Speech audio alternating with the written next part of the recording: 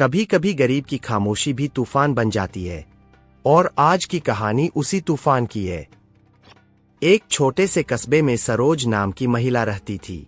दिन भर मजदूरी, रात को चूल्हा, और इन सबके बीच एक ही सपना, अपने बेटे अंकित को पढ़ाकर बड़ी जिंदगी देना। अंकित बहुत होशियार था, लेकिन घर की हालत ऐसी कि कई बार स्कूल की फीस भी उधार देनी पड़ती थी।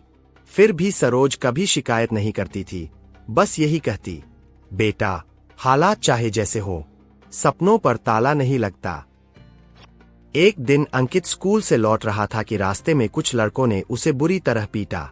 सरोज उसे गोद में उठाकर सीधे थाने पहुंची। वो रोते हुए बोली, साहब, मेरे बेटे पे हमला हुआ है, रिपोर्ट लिख दीजिए। लेकिन इंस्पेक्टर ने बिना सुने फाइल एक तरफ फेंक दी और बोला, हमारे पास ऐसे छोटे मोटे झगड़ों का टाइम नहीं है। सरोज ने विनती की, साहब, कम से कम सुन तो लीजिए, मेरा बच्चा खून में लथपथ है। इंस्पेक्टर ने गुस्से में कहा, नाटक मत करो, गरीब लोग रोज यही ड्रामा करते हैं। ये सुनकर सरोज के भीतर भरा दर्द फट पड़ा। उसने आंसू पोंछे और सबके सामने एक जोरदार थप्पड़ इंस्पेक्टर के गाल पर रसीद कर दिया। पूरा थाना जैसे जम सा गया। सबकी नजरें सरोज पर टिक गईं। ये खबर एसपी तक पहुंची। जांच हुई और इंस्पेक्टर को सस्पेंड कर दिया गया।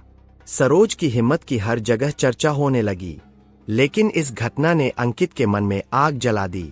वो रातों को देर तक पढ़ने लगा। दिन में मजदूरी करने वाला बेटा रात को अपने सपनों की लड़ाई लड़ता रहा। कई साल गुजर गए, पर अंकित रुका नहीं। हार मानना उसे आता ही नहीं था। और आखिरकार एक दिन रिजल्ट आया। अंकित डीएसपी बन चुका था।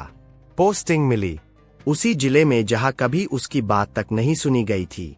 पहले दिन उसने अपनी मां का हाथ पकड़कर कहा, मां, आपका थप्पड़ नहीं, आपकी हिम्मत ने मुझे यहां तक पहुंचाया है।